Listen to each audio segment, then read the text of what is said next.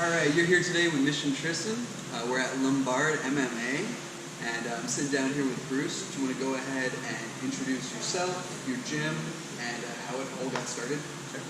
I'm Bruce Lombard. I'm the owner of Lombard MMA, located in State College, Pennsylvania.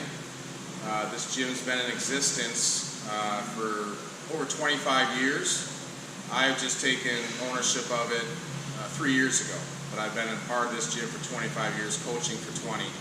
But then took full reins ownership 3 years ago, so going into our 4th year here in 2021. Awesome. Can you just tell us a little bit about the different types of arts offered here? I mean, obviously there's a gym section as well, but... So we're located within a large gym fitness center. We have a CrossFit business, we have a large fitness area, a separate business as well, and then I'm the third business within the building. And we offer Muay Thai kickboxing, Western boxing, Brazilian Jiu-Jitsu, kickboxing fitness classes. We have competitive fighters in Muay Thai kickboxing and mixed martial arts. And we also have competitive grapplers in Brazilian Jiu-Jitsu. And any boxers we have, we're located right across the street from Penn State University campus. So any boxers that we have that find a liking to it and committed to it and have some skill, we send them up to try out and compete for the Penn State boxing team, boxing club. Yeah, that's awesome. So this is a little different for me. I haven't been to a gym that's like right at a college area.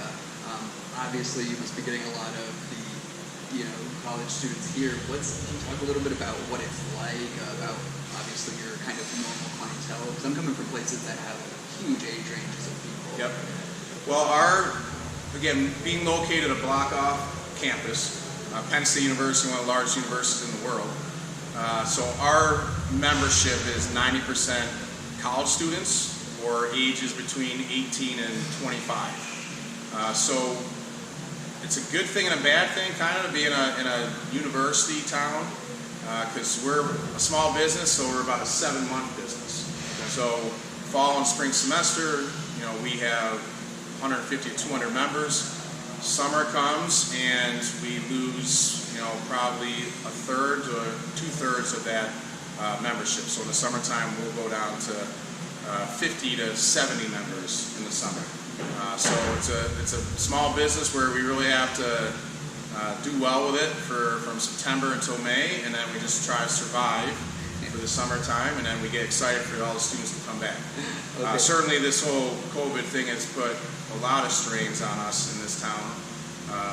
But with them coming back, we're hoping things will go okay, and we keep the business thriving and make up for those 6 months that we didn't have any members, really.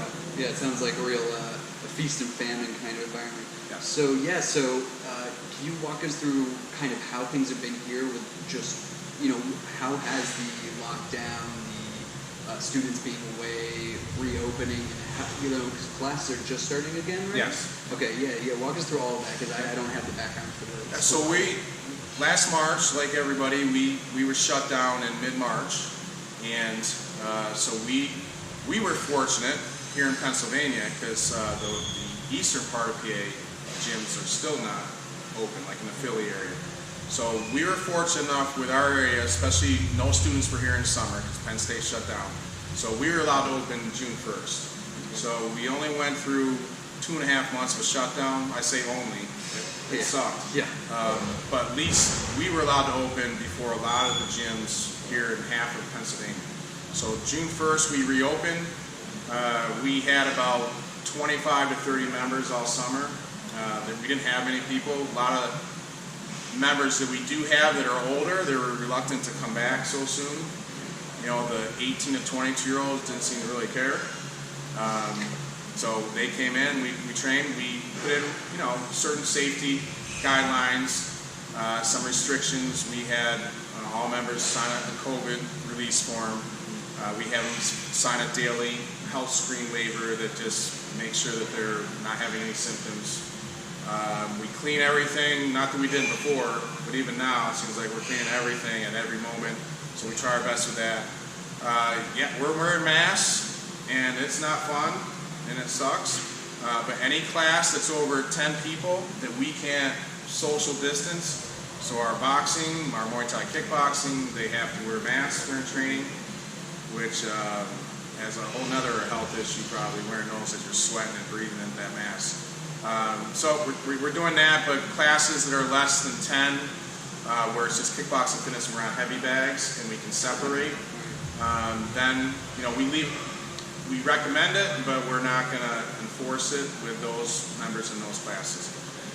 And then certainly with the students returning 2 weeks ago, now our memberships or bodies in here have certainly increased. So we're doing our best we can to keep it safe, and certainly with a lot of young people in here that we have to monitor it even more because they're a little bit more loose about it. So we got to make sure we're okay with that. We got rid of our BJJ program since we opened June 1st. Well, we just put it on hold. Right. And now next week we're going to bring it back.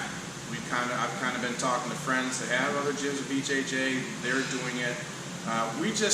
We're kind of in the eye of the storm in this town or anywhere because, again, we just had 30-some thousand students, 18 to 26, come in from all over the country. So, and everybody's scared and paranoid in this town. So, we certainly, being the spotlight on this gym, we're even more cautious about bringing it back. But I think we're ready. Guys and gals are asking for it, and so again, we're going to be wearing masks. We'll make sure everybody's, their hygiene, they're clean, and washing their gis, and so we're going to have a few restrictions and guidelines in there, but we're going to bring it back and get people, doing what they love to do if they're a BJJ kind of artist. So we're excited to get that back, and then our gym's kind of fully going again, just a little bit different considering the times. Absolutely. Right on. It sounds, there's been a lot of news about different colleges and how they're opening, how they're handling it. It sounds like you guys are kind of a bit of a flagship here, a bit of a tester. Yeah. But overall, it sounds pretty optimistic. Like things are going well. Walking around in town, everyone's got masks on, so it's like, you'll still see some put down the nose. But overall, it seems like people are taking it serious enough. Yeah. Cool. And even if they, like Penn State, like a lot of schools have tried the on-campus learning or in-person learning, it sounds like they'll probably go away from it. Who knows yet? But if they do, we'll still be fine because freshmen will have to go home because if they live in dorms.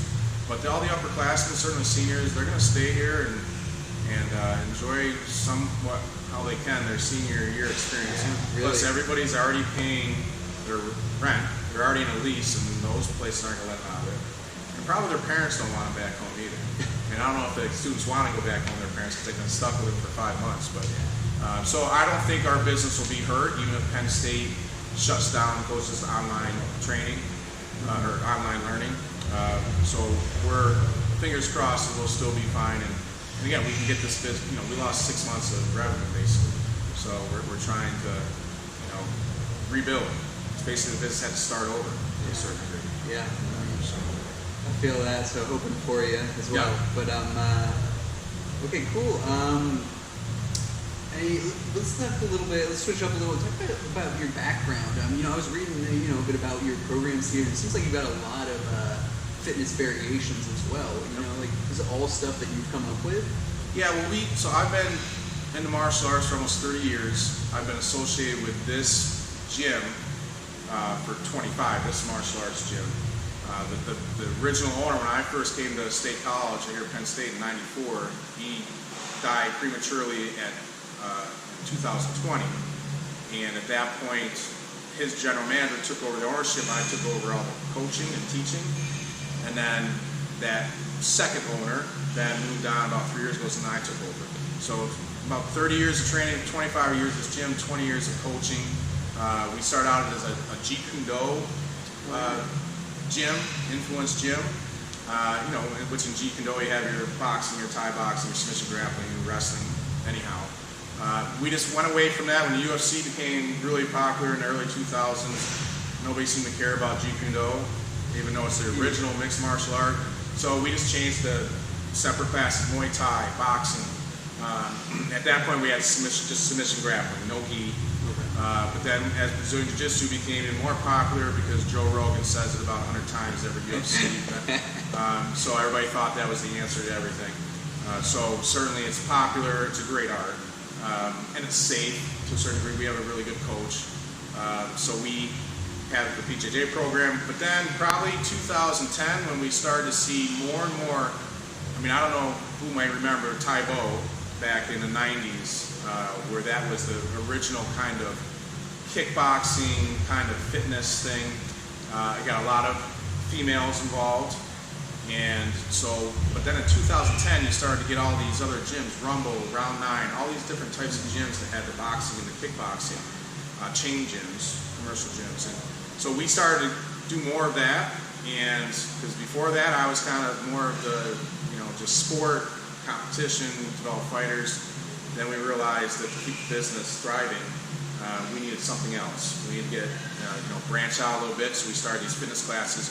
We do not have a youth program. I was going to ask. Because of our location, it's just tough, and we put all our focus towards, that 18 to 25.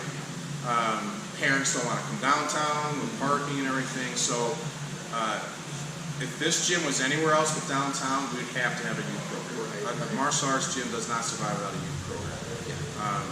And so we don't have a youth program, so we really had to branch out. So we started that kickboxing fitness. We are right in the middle of sorority housing and fraternity Greek life. We have 4 or 5 high-rises that are brand new, so that helps us. But we started a couple different programs. We had a sorority kick fit where we had probably 100 sorority girls at one time. What a class! We had more females in here than males, and some of them were better than most of our males. Nice. Because they listen, they don't have big egos, they're easy to coach. And it was great because we were, I know that we're empowering maybe gets overused, but we were showing these young ladies that, it's a combat sport, generally thought of males, because that's what we see on TV before Ronda Rousey made, acceptable for females to prove that they could just as good. So we were proving to them it was more just than a fitness jump around class. It was, hey, we're going to teach you authentic techniques from boxing and Muay Thai, and we're going to focus on that and try to develop you technically while you're getting a great workout. So it's a great program. It still exists. And so now we can blend those two together, and that's how we keep our business thriving, surviving. And we have competitive fighters, so we do have an avenue for guys and gals. We have both male and females that compete for us. So, that certain population that wants to get to that level, we have an opportunity for them. Some that just want to do some alternative fitness and learn some good self-defense, we have that. And then we have the majority of the population, especially guys, they just want to learn how to be tough. So, we give them the platform for that, again, in a respectful way. But, guys they just want to, they care a little bit about the fitness, but they more just want to learn how to, and then learn the sport, too. With the UFC being so popular, it's great. These guys can learn the techniques, watch the sport on UFC on TV, and be like, oh, I recognize that. And that helps the sport. Yeah. It's kind of cool feedback. You see something cool that you've learned, you're like, oh wow, that's in there. I can do that. Yep. Yeah, it's cool. And a unique thing, Tristan, the one thing about having a gym, martial arts gym, or any gym, specifically this martial arts gym, in a town like this, again, going with that 7-month period. So we get students that might come here their last semester of their senior year or their junior year. So we don't get members that are here for 10, 15 years. Right. Our average membership is probably 6 months. Okay. So that's what makes us unique too, is that we get them, we'll load up membership, and then all of a sudden they're all graduating and gone. So then we got to start all over. Right. Unlike more typical gyms that are in smaller communities, whatever, they get members from when they're 6 years old and they're there until they're 18, or they get community members that's where they live. So that's another thing that makes this place unique because of our location compared to probably 95% of the other martial arts gyms there are, because of our clientele and because of our location. It's unique. Awesome. Yeah, you definitely can feel it coming in. That there's a difference, and it's cool, to have the section with you got the gym right here, and there's the CrossFit walking in, and it's it's a cool layout. Yeah, it is a really cool layout. Really cool layout. It has like 3 things in one. Sometimes you go to those bars and you have in the cities. You have the band section, you got the club, and then you have whatever else. But so it's like three great options in one facility. On the horizon, you want to put a bar attached to the gym. Yeah, we thought about that. Get a retractable roof, Nice. put a little tiki bar. Wouldn't that be something? That'd be fun. Maybe we might be onto something. Yeah. Call me if that gets set up. I'll come back. Yeah. Cool. Let's wrap up. Any shout outs or anything that you want to kind of throw out there, and as well as social media links where people can find you. Yeah. Well, we have Lombard MMA is our Instagram and Facebook. Okay. Twitter as well.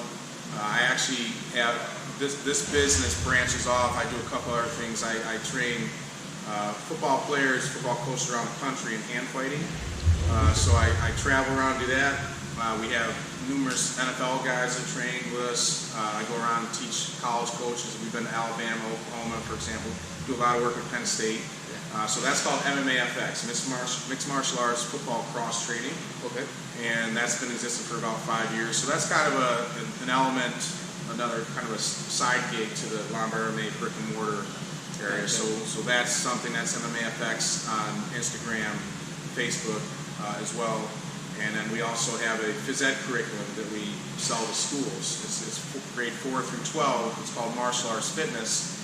And so we have a focus on fitness, focus on confidence, endurance, and strength. And that's where we teach, we go in and we teach the teachers how to give them a curriculum, a video set, and teach them how to teach this to their students. So it's a pretty unique and non-traditional gym class activity as opposed to the typical basketball, volleyball, and kickball, or whatever. So that's called Martial Arts Fitness. We have a Facebook page for that as well. And that's all through the website, which is lombardmma.com or mmafx.net. It's the football hand fighting cross training. Yeah, wish I had that for PE. I know. Yes, me too. Me too. And that's what's cool is that if communities get that in their school district and gets kids excited about martial arts or boxing or kickboxing, and then there's a local gym, it would only just help that. And also, what we found is, there's a lot of this. There's about 10 schools that are doing it in PA and New York, and what they found is the athletes aren't necessarily into it, maybe because of ego, because they're not very good at it when they first start. But it gets the other population that maybe aren't playing sports. A lot of females do it, certainly for this whole self-protection, going out to college kind of thought. But it's also kids that maybe aren't playing sports and they really get engaged with something unique and different. So that's been pretty exciting with the feedback from these schools. It's not only a way of starting to develop self-protection awareness in a safe environment, but also it's getting people to do a sport that maybe they never would have thought about doing and maybe continue outside if they don't play other normal sports or traditional sports, basketball or soccer or whatever. So it's been pretty cool that way. That is so great to hear. It's pretty cool stuff. Yeah. How you can use martial arts in different ways, other than just in a gym and in a cage and a ring. I mean, it's already been exploding in so many avenues over the past 10 years, and who knows where we're going. People realizing that it's just not about fighting. 99.9% of people that are into martial arts, they're not fighting or competing. They don't have to. It's about the physical strength you get, the mental strength, the emotional development. Socially, you're meeting so many people that have a common interest. It helps them in their work, in their jobs. Again, not just physically, but mentally. And it's male and female. Male and female. And Ronda Rousey, think of her however you want, but she just helped explode the whole idea that this is not a one-gender thing. And females are good. They're damn good. But there's so many different aspects of it than just getting in a ring that martial arts is so great for people to get involved with. Well, I can't thank you enough, but thank you so much for having me here today. All right. Thanks for doing this with me.